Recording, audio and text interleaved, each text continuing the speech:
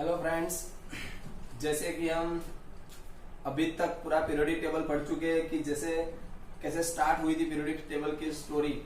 जब सबसे पहले डॉबरेन आया, उसके बाद न्यूलैंड आया, उसके बाद मेंडेलीफ आया और लास्ट में जो हमारा मॉडर्न पीरियोडिक टेबल आधुनिक आवर्त कोष्टक जो तैयार किया हमने, बराबर, उसमें किस तरह से सारे एलिमेंट रखे गए, उसमें हर एक का एटॉमिक नंबर क्या था, परमाणु क्रमांक क्या था और उसमें एक फर्स्ट एटॉमिक नंबर याद करने से नीचे के सारे एलिमेंट के एटॉमिक नंबर किस तरह से याद करे जाते हैं, उसके इलेक्ट्रॉनिक कॉन्फ़िगरेशन कैसे सारे एलिमेंट की याद रहती है, वो सब मैं आपको अगले वीडियो में बता चुका हूं। बट अभी मैं पीरियोडिक टेबल के बारे में उस 5 चीज की बात करूंगा जिसमें बच्चों को बहुत ज्यादा दिक्कतें रहती है, बहुत सारी प्रॉब्लमें रहती है। बट अपने अभी तक के मेरे सारे वीडियो देखे और उसमें से आपको इलेक्ट्रॉनिक कॉन्फ़िगरेशन पता चल चुकी है, तो यहाँ पे जो मैं 5 टॉपिक की बात करूंगा वो आपको बहुत इजीली पता चलेगी।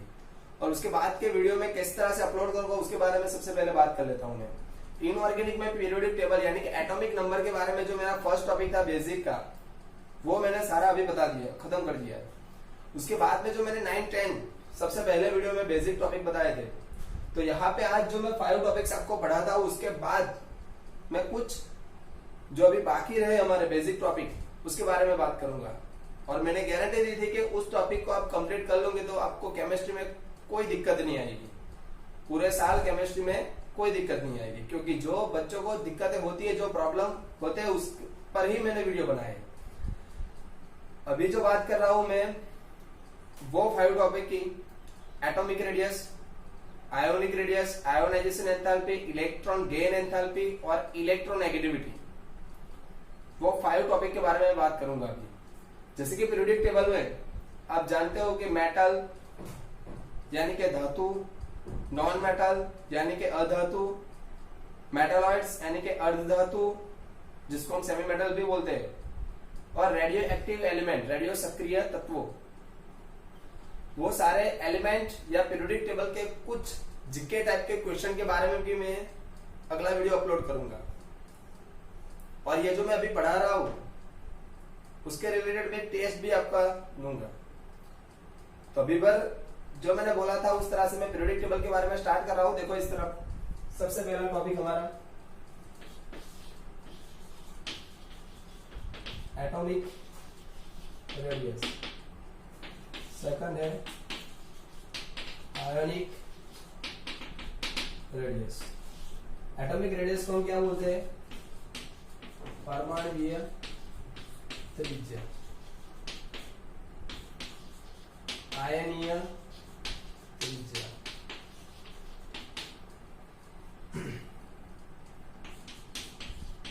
आयोनाइजेशन एंथैल्पी,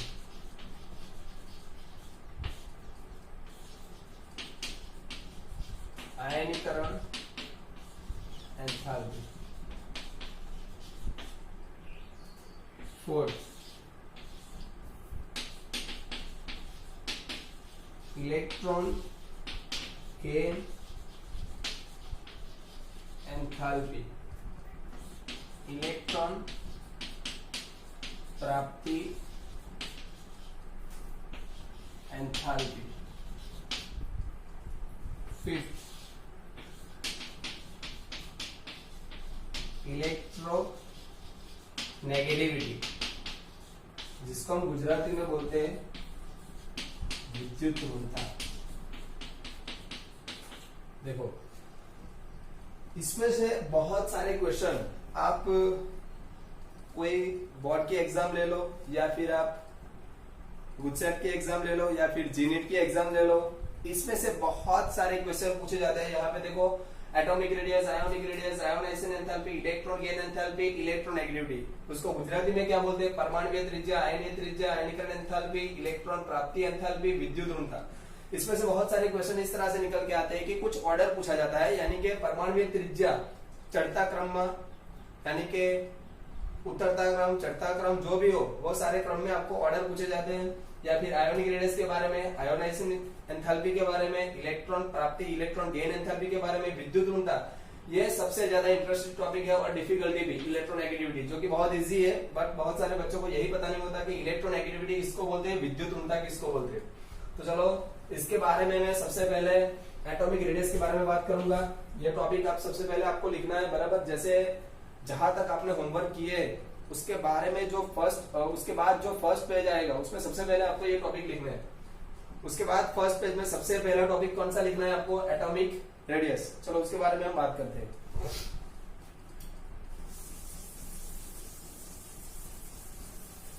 जैसे कि हम पीरियोडिक टेबल में समझ चुके हैं कि इस तरफ से सबसे पहले मानो कि लिथियम है हमारे पास, लिथियम में उसका इलेक्ट्रॉनिक कॉन्फ़िगरेशन क्या था, हीलियम 2s1, उसके बाद सोडियम नियोन 3s1, पोटेशियम यानी कि आर्गोन 4s1, इसके बाद रुबिडियम यानी कि krypton 5s1, caesium xenon 6s1। और लिथियम के बाद इस तरफ यहां पर मैं किस तरह से बात कर रहा हूं, जो पीरियोडिक टेबल में हमारा डाउन द ग्रुप है, इस तरह से देखो,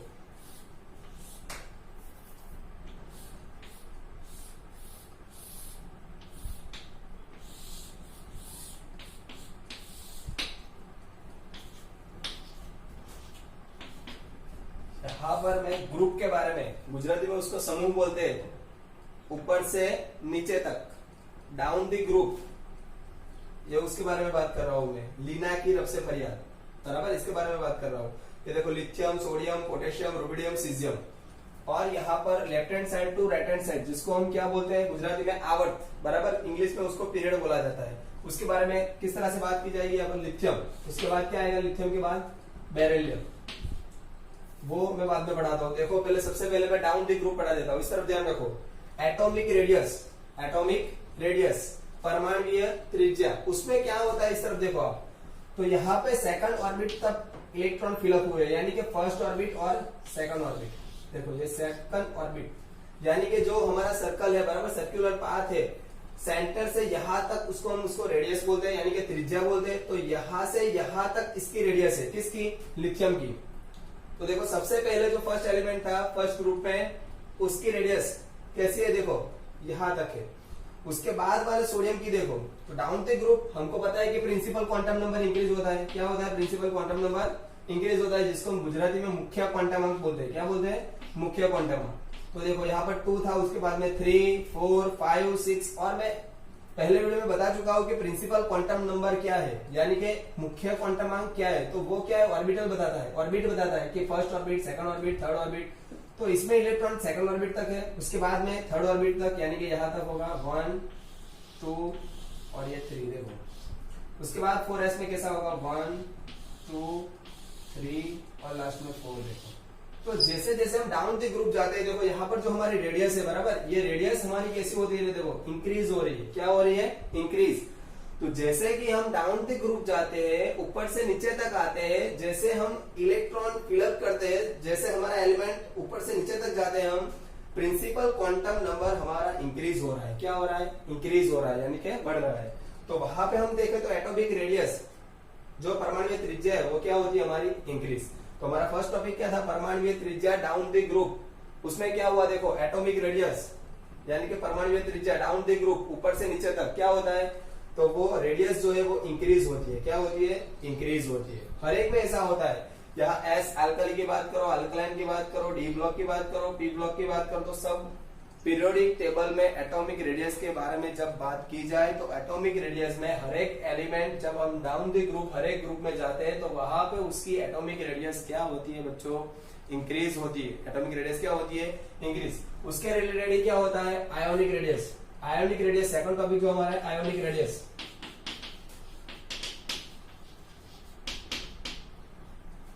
आयनीय त्रिज्या, तो यहां पर देखो, जैसे कि हम आयोनिक रेडियस के बारे में बात करें तो क्या होता है कि एलिमेंट, तत्व और धन आयन और ऋण आयन, पॉजिटिव और नेगेटिव आयन, बराबर, दोनों में थोड़ा सा डिफरेंट रहता है। बट मैं यहाँ पर सिर्फ सभी आयन के बारे में बात करूं, सभी आयन यानी कि Li+1, Na+1, पोटेशियम +1, रुडियम +1, सीजियम +1। तो हर एक में आयन में भी एटॉमिक रेडियस जैसा ही होगा, बराबर। कि इस तरह से सब में क्या होगा, एटॉमिक रेडियस इंक्रीज होगा, परमाणुीय त्रिज्या क्या होगी, सब में इंक्रीज होगी, यानी कि बढ़ती जाएगी। ये जो सारे ग्रुप है, सारे ग्रुप में ऐसा होगा। उसके बाद हम देखते हैं पीरियड, यानी कि left hand side to right hand side. चलो क्या होता है, देखो लिथियम के बाद हम किसके बारे में बात करें, बेरिलियम। बेरिलियम में क्या होगा, देखो हीलियम 2s2, यानी कि इलेक्ट्रॉन किसमें आएंगे, 2s2 बेरिलियम। उसके बाद में क्या आएगा, 15 नंबर वाला आएगा, 13 नंबर वाला ग्रुप वाला जो पी ब्लॉक का एलिमेंट है, बोरॉन। बोरॉन में क्या होगा, 2s2 2p1। उसके बाद कार्बन के बारे में बात करें, यहाँ पे हीलियम सब में आएगा, बराबर, 2p3। उसके बाद नाइट्रोजन क्या आएगा, 2p2, यहाँ पर 2p3। ऑक्सीजन में 2p4, क्लोरीन में 2p5, यहाँ पे ध्यान रखो। और लास्ट में 2p6। चलो इस तरफ ध्यान, यहाँ पर क्या हो रहा है, देखो सब में हमारी जो ऑर्बिटल है, ऑर्बिट है वो हमारी सब में सेकंड नंबर वाली है, देखो। यानी कि left hand side to right hand side जब हम आवर्त में होते, आवर्त की बात करते हैं, जब हम पीरियड की बात करते हैं, तब उसमें उसकी जो ऑर्बिटल है वो चेंज नहीं होती, जो कक्षा होती है वो चेंज नहीं होती, वो कक्षा सेकंड नंबर ही रहती है, देखो।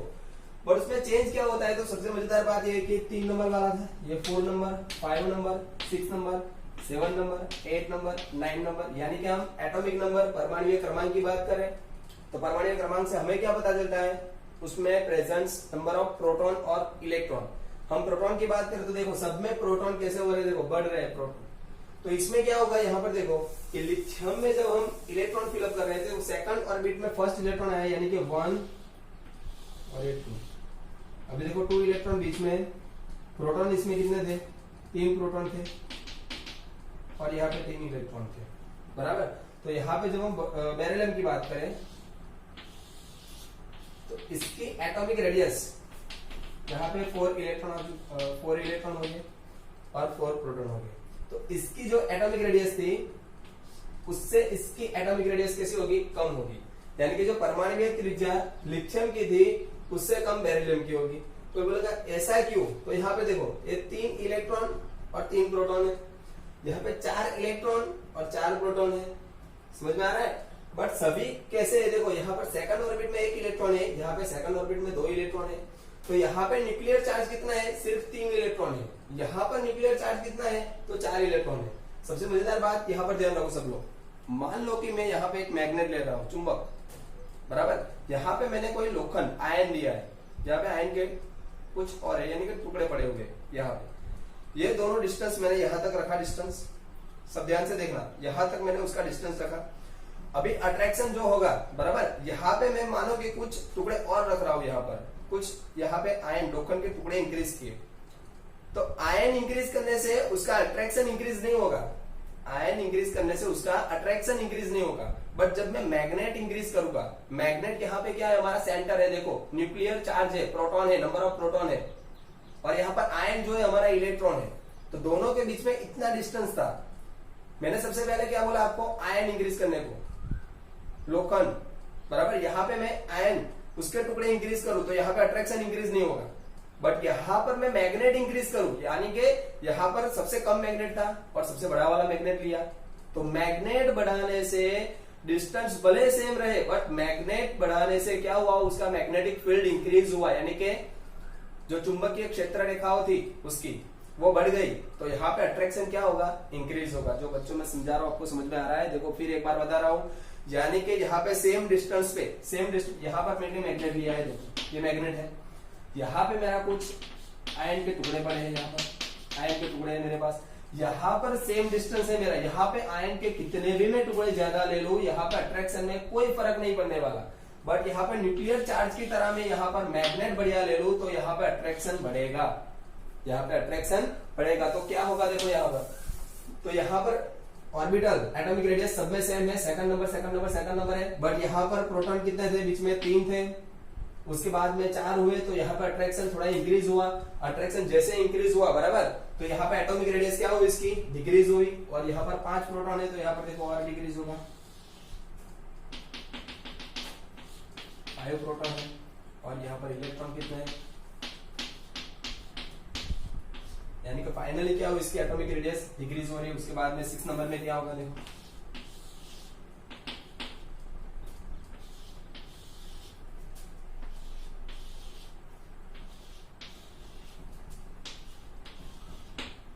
तो हो क्या रहा है यहाँ पर, तो जैसे कि मैंने बताया डाउन द ग्रुप ऊपर से नीचे तक जाओगे तो क्या होता था, हमारा प्रिंसिपल क्वांटम नंबर इंक्रीज होता था, तो एटॉमिक नंबर क्या, एटॉमिक रेडियस क्या हुई हमारी, इंक्रीज हुई। बट यहाँ पे down left hand side to right hand side हम जा रहे हैं, जब हम डाबे से जमने तक जाते हैं तो क्या होता है देखो यहाँ पर कि एटॉमिक रेडियस हमारी क्या हुई, डिक्रीज हुई। चलो समझ में आ गया सबको, यही लॉजिक आपको पूरा पीरियोडिक टेबल में लगाना है। देखो यहाँ पर मैं एक सिंपल सा क्वेश्चन बताऊं कि लिथियम, हाइड्रोजन, ऑक्सीजन और सोडियम, इसमें सबसे ज्यादा एटॉमिक रेडियस, परमाणु त्रिज्या सबसे ज्यादा किसकी है। तभी आपको क्या करना है, सबसे पहले कि उसका जो इलेक्ट्रॉनिक कॉन्फ़िगरेशन है वो आपको पता करना है। तो लिथियम में क्या होगा, 2s1 आएगा, नाइट्रोजन में क्या आता है देखो 2p3 आएगा, ऑक्सीजन में क्या आता है देखो 2p4 आएगा, और सोडियम में क्या होता है 3s1। तो यहाँ पर देखो आप सभी एलिमेंट जो है सेकंड ऑर्बिटल में, बट यहाँ पर ये कौन सा ऑर्बिटल में, थर्ड ऑर्बिटल में। तो सबसे ज्यादा एटॉमिक रेडियस किसकी हुई, सोडियम की हुई। बट इन तीनों में मैं बात करूं तो इन तीनों में क्या होगा देखो, सबका एटॉमिक नंबर जो है सेम है, देखो मुख्य क्वांटम अंक सबका सेम है। तो क्या होगा देखो यहाँ पर सेकंड नंबर में, तो यहाँ पे मैं देखू 2, यहाँ पर कितने प्रोटॉन है, 3 प्रोटॉन, बट यहाँ पे प्रोटॉन कितने आए 7। तो 3 से ज्यादा अट्रैक्शन किसमें होगा, 7 में। तो ये एटॉमिक रेडियस कितनी रहेगी, कैसा हो जाएगा, ऐसे कम हो जाएगा। क्यों, due to presence of proton, यानी कि जब न्यूक्लियर चार्ज इंक्रीज होगा, जब सेंटर में आपका प्रोटॉन इंक्रीज होगा तो उसका अट्रैक्शन इंक्रीज होगा। यानी कि फाइनली क्या कंक्लूजन हमको पता चला, एटॉमिक रेडियस के बारे में, एटॉमिक साइज के बारे में, परमाणु त्रिज्या के बारे में, यानी कि परमाणु कद के बारे में हमें क्या पता चला। तो पीरियोडिक टेबल में जैसे हम डाउन द ग्रुप जाते हैं बच्चों, तो क्या होता है, एटॉमिक रेडियस इंक्रीज होता है परमाणु त्रिज्या। क्यों इंक्रीज होता है, क्योंकि हमको मालूम है कि उसका जो मुख्य क्वांटम है, प्रिंसिपल क्वांटम नंबर है, वो इंक्रीज होता है 2s1, 3s1, 4s1। बट जब हम left hand side to right hand side जाते हैं, पीरियड में जाते हैं, यानी कि आवर्त की बात करते हैं, तो आवर्त में क्या होता है देखो, उसका प्रिंसिपल क्वांटम नंबर सेम रहता है, बट न्यूक्लियस में यानी कि सेंटर में देखो यहाँ पर प्रोटॉन इंक्रीज होता है। तो प्रोटॉन इंक्रीज होने से क्या होता है, अट्रैक्शन इंक्रीज होता है, और अट्रैक्शन इंक्रीज होने से क्या होता है, एटॉमिक रेडियस डिक्रीज होती है। चलो समझ में आ गया सबको। चलो आगे आयोनिक रेडियस के बारे में बात करें।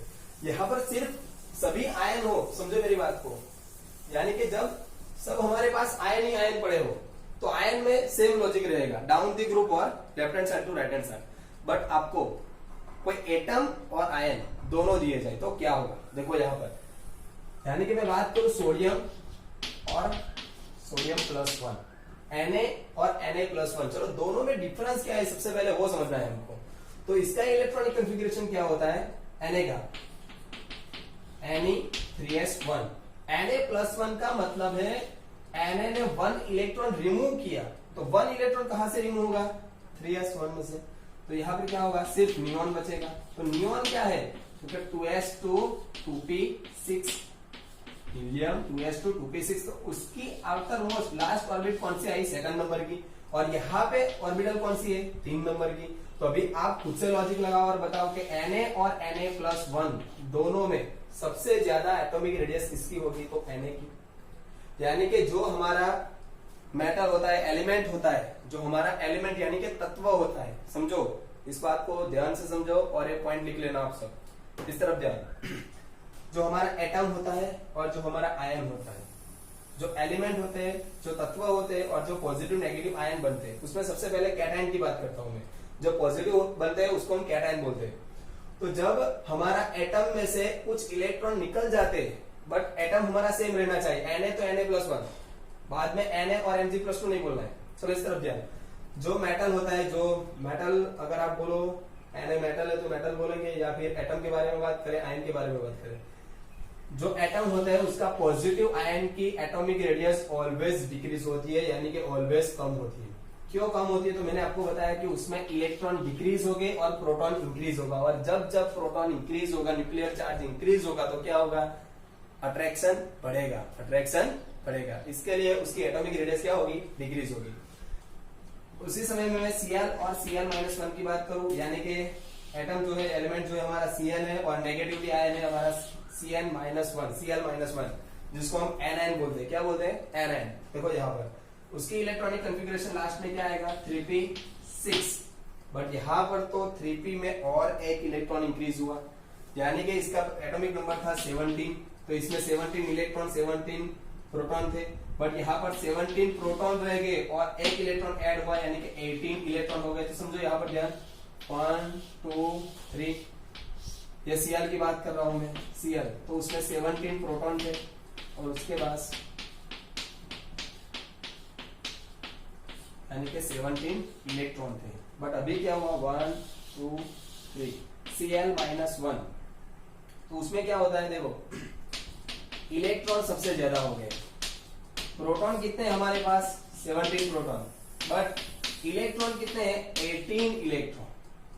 तो जब इलेक्ट्रॉन बढ़ता है तो क्या होता है? तो जब इलेक्ट्रॉन ज्यादा हो जाता है तो इलेक्ट्रॉन इलेक्ट्रॉन रिपल होता है, यानी कि उसको क्या बोलते हैं? अपाकर्षण। गुजराती में क्या बोलते हैं? अपाकर्षण। इंग्लिश में उसको रिपल्सन बोलते हैं।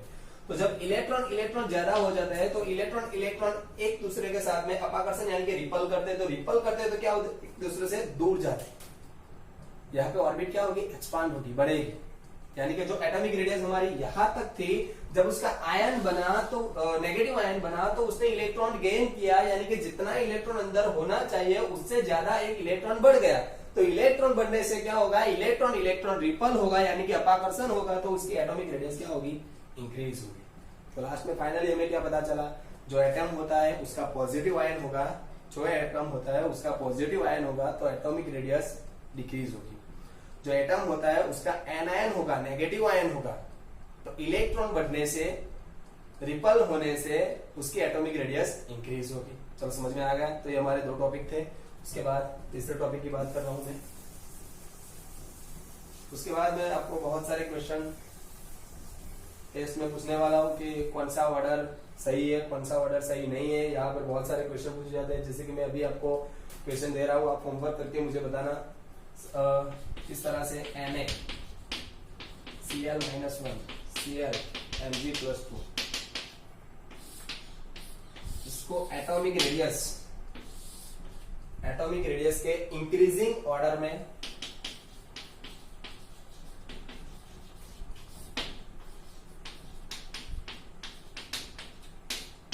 अरेंज कीजिए।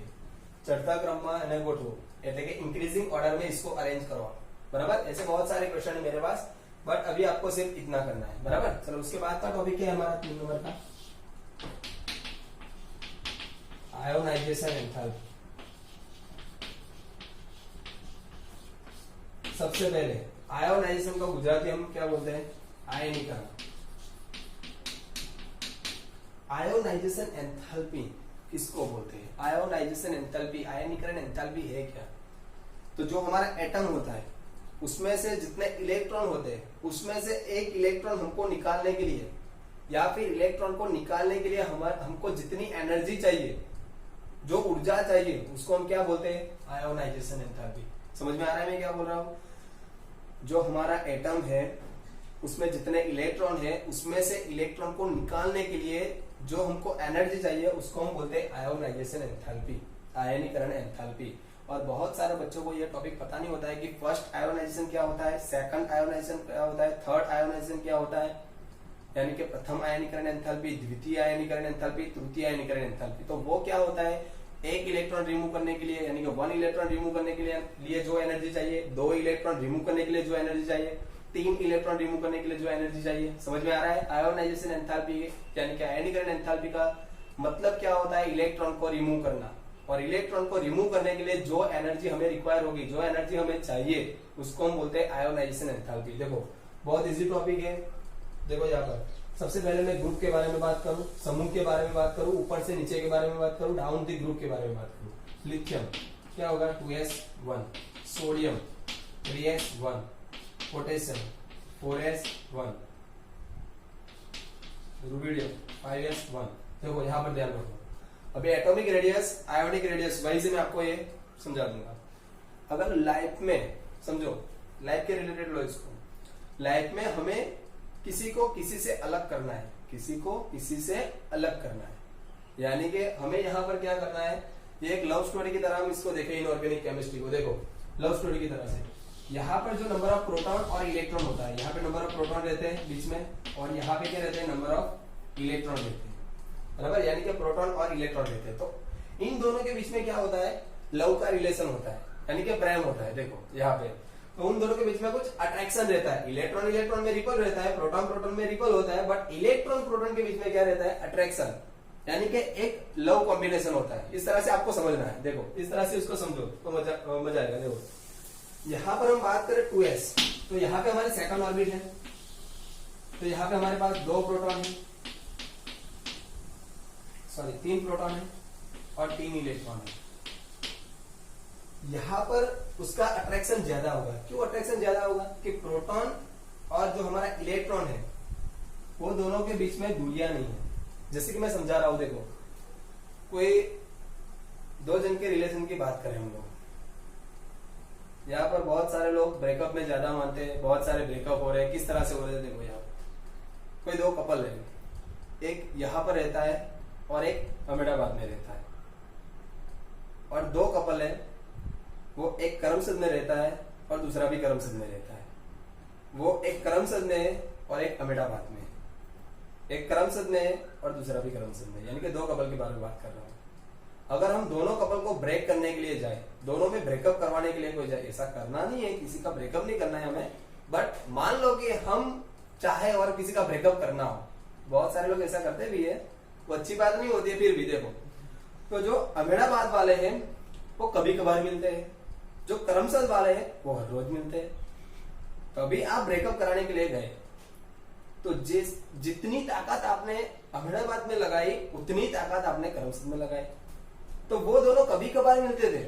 तो आपने एक बार उन दोनों के बीच में कुछ गलत फहमियां डाली तो वो भी गलत सोचेगा, वो भी गलत सोचेगा, वो दोनों को मिलने में वक्त टाइम ज्यादा लगेगा, तो उतने तक तो उन दोनों का लव रिलेशन कैसा हो जाएगा, ब्रेकअप हो जाएगा। यानी कि उन दोनों के बीच में क्या थी, दूरियां थी। क्या थी, दूरियां। तो बच्चों उसी हिसाब से मैं आपको बोलना चाहता हूँ, आप लाइफ में इतनी दूरियां मत बढ़ाना, क्योंकि दूरियां से रिलेशन कम होते हैं, ऐसा होता नहीं है, बट अभी आपको समझना है। देखो तो करमसद में क्या हुआ, आपने उतनी ताकत यहाँ पर लगाई, तो आपको इसको बोला कि वो तुम्हारी वाली ऐसी थी, ऐसा करिए वैसा करिए, तो वो क्या करेगा, तुरंत फोन लगाएगा, चल भाई मिल, तू मेरे से मिल, और दोनों के बीच में डिस्कशन होगा, और डिस्कशन होने से वो खत्म हो जाएगा। यानी कि जो नजदीक है उसमें आपको ब्रेकअप करवाने के लिए, इलेक्ट्रॉन को रिमूव करने के लिए एनर्जी कैसी चाहिए, ज्यादा चाहिए, और जो दूर है उसमें इलेक्ट्रॉन रिमूव करने के लिए एनर्जी कितनी चाहिए, कम चाहिए। बस यही आपको लॉजिक लगाना है। इस तरफ जाए यहाँ पर, तो यहाँ पे सेकंड ऑर्बिट तक इलेक्ट्रॉन है, देखो यहाँ से यहाँ तक इलेक्ट्रॉन है। थर्ड ऑर्बिट में क्या होगा, 1 2 और 3। देखो यहाँ पे इलेक्ट्रॉन क्या हो रहा है, प्रोटॉन से दूर जा रहा है। देखो प्रोटॉन से कहा जा रहा है, दूर जा रहा है। कहा की बात कर रहा हूं मैं, डाउन द ग्रुप 4s। देखो यहाँ पे 1 2 तक था, 1 2 3 4। अभी मैं आगे जाऊं, 1 2 3 4 5। तो देखो डाउन द ग्रुप में इलेक्ट्रॉन प्रोटॉन से दूर जा रहे हैं, यानी कि प्रोटॉन का अट्रैक्शन इलेक्ट्रॉन से कम हो जाएगा, प्रोटॉन का इलेक्ट्रॉन प्रति जो लव अट्रैक्शन था वो कम हो जाएगा, यानी कि प्रोटॉन इलेक्ट्रॉन के काबू में रहेगा नहीं। तो यहाँ पे डाउन द ग्रुप हम जाए, जब हमारा प्रिंसिपल क्वांटम नंबर इंक्रीज होगा, जब हमारा मुख्य क्वांटम इंक्रीज होगा यानी कि बढ़ेगा, तब तक जो हमारा इलेक्ट्रॉन है वो प्रोटॉन से दूर जाएगा, अट्रैक्शन उसका डिक्रीज होगा और वो इजीली रिमूव होगा, यानी कि आयोनाइजेशन एंथैल्पी सबसे कम देनी पड़ेगी। तो डाउन द ग्रुप क्या होता है, आयोनाइजेशन एंथैल्पी डिक्रीज होती है, यानी कि लिथियम, सोडियम, पोटेशियम, रुबिडियम सब में से हमें एक एक इलेक्ट्रॉन रिमूव करने हैं, यानी कि Li+1 करना है, Na+1 करना है, पोटेशियम+1 करना है, रुबिडियम+1 करना है। इसको हम बोलते हैं फर्स्ट आयोनाइजेशन एंथैल्पी, प्रथम आयनीकरण एंथैल्पी। तो जितनी एनर्जी हमको लिथियम में देनी पड़ेगी उससे कहीं कम हमको सोडियम में देनी पड़ेगी। क्यों? क्योंकि सोडियम का इलेक्ट्रॉन जो उससे अट्रैक्शन से बहुत दूर है। उससे कम हमें पोटेशियम में, उससे कम हमें रुबिडियम में। चलो समझ में आ रहा है कि नहीं समझ में आ रहा है? तो ये था आयोनाइजेशन एंथैल्पी अट्रैक्शन के बारे में। चलो उसके बाद हम पीरियड के बारे में बात करें, left hand side to right hand side के बारे में बात करें। तो left hand side to right hand side में क्या होता है, जैसे कि हमने पढ़ा अभी कि एटॉमिक रेडियस उसका डिक्रीज होगा। क्या होगा? Atomic radius decrease. तो यहाँ पर जो हमारा था, देखो मान लो यहाँ है, ऐसा होगा, अभी ऐसा होगा, अभी इतना होगा।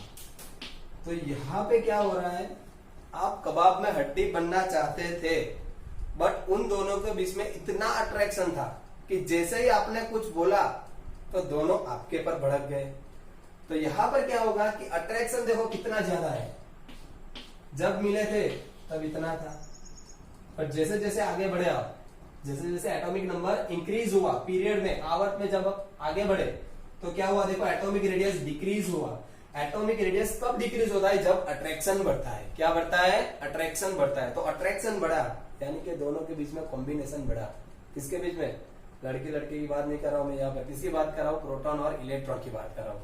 तो प्रोटॉन यहाँ पर इलेक्ट्रॉन को खींच के रखेगा, और अब आप इलेक्ट्रॉन रिमूव करने के लिए जाओगे तो बच्चों क्या होगा? इलेक्ट्रॉन इजीली रिमूव होगा नहीं। तो उसका मतलब क्या हुआ कि आयोनाइजेशन एंथैल्पी, आयनीकरण एंथैल्पी जो होती है पीरियड के बारे में जब हम बात करें, left hand side to right hand side हम बात करें, तो आयोनाइजेशन एंथैल्पी इंक्रीज होती है। क्या होती है? इंक्रीज होती है। यानी कि लिथियम से ज्यादा एनर्जी हमको बेरिलियम में देनी पड़ेगी, बेरिलियम से ज्यादा हमको boron, carbon, nitrogen, oxygen, fluorine, और उससे कम हमें सोडियम में देनी पड़ेगी, पोटेशियम में देनी पड़ेगी, रुबिडियम में देनी पड़ेगी। चलो समझ में आया? सभी जगह पर पीरियोडिक टेबल में ऐसा ही होता है। जो हम down left hand side to right hand side की बात करें, जब अट्रैक्शन ज्यादा होगा तब आयोनाइजेशन एंथैल्पी ज्यादा होगी, जब अट्रैक्शन कम होगा तो आयोनाइजेशन एंथैल्पी कम होगी। चलो और एक की बात करें, इलेक्ट्रॉन गेन एंथैल्पी। देखो ये दोनों एक दूसरे के अपोजिट है।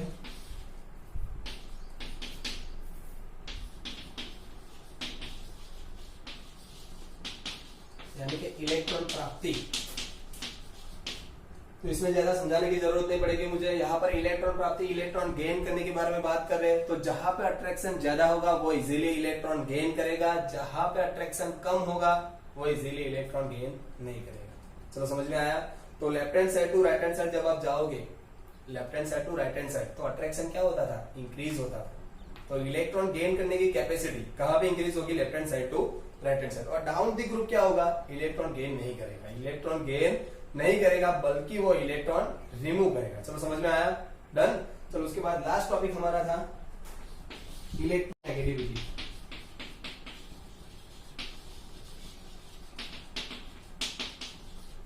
विद्युत ऋणता।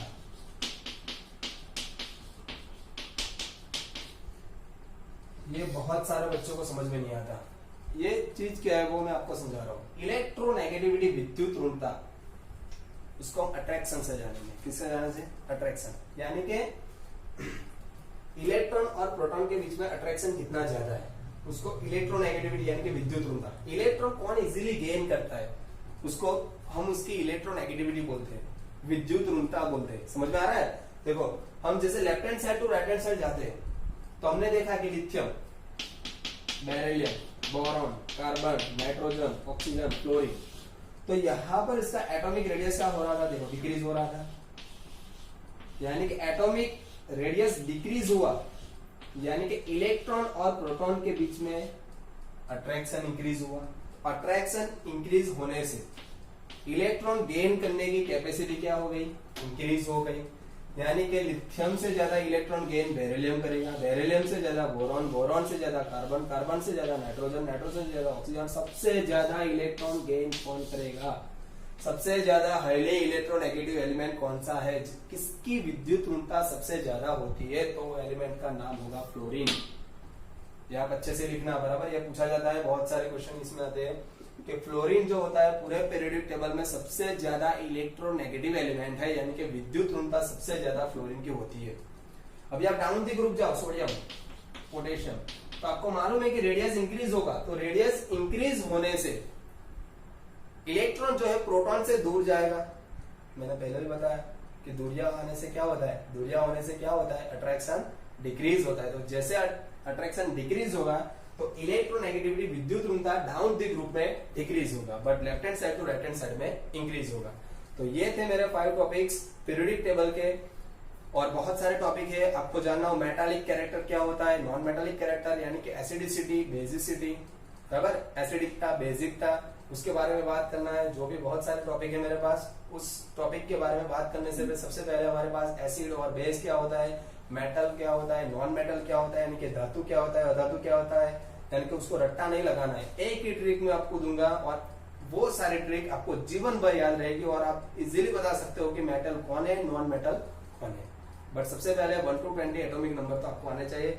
मैंने तो सारे एटॉमिक नंबर आपको याद करा दिए, फिर भी मैं बोलता हूँ 1 to 20 आने चाहिए, बराबर। तो हमारा जो नेक्स्ट वीडियो अपलोड होगा वो किस तरह से अपलोड होगा उसके बारे में जान लो।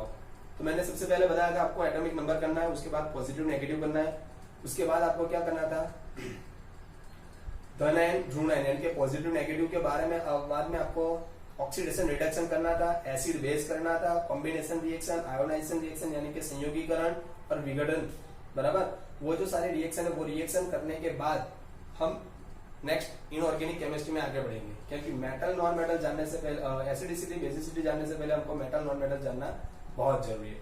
तो ये वीडियो यहाँ तक था और यहीं से खत्म होता है, बट आप लोग ध्यान रखो, लाइक और सब्सक्राइब करना मत भूलो। बहुत सारे बच्चे हैं उनको लाइक और सब्सक्राइब के बारे में पता नहीं है, लाइक तो कर देते हैं बट सब्सक्राइब पता नहीं होता है। बहुत सारे बच्चे ऐसे जो अभी तक मेरा वीडियो देख रहे हैं और नेक्स्ट वीडियो नहीं मिला, तो उन लोगों ने मुझे बोला कि सर अभी वीडियो अपलोड नहीं किया है, मैंने नेक्स्ट वीडियो अपलोड कर दिया था बट वो पता नहीं चला था क्योंकि उनके तरह नोटिफिकेशन नहीं आया था। चलो, जय हिंद, जय भारत।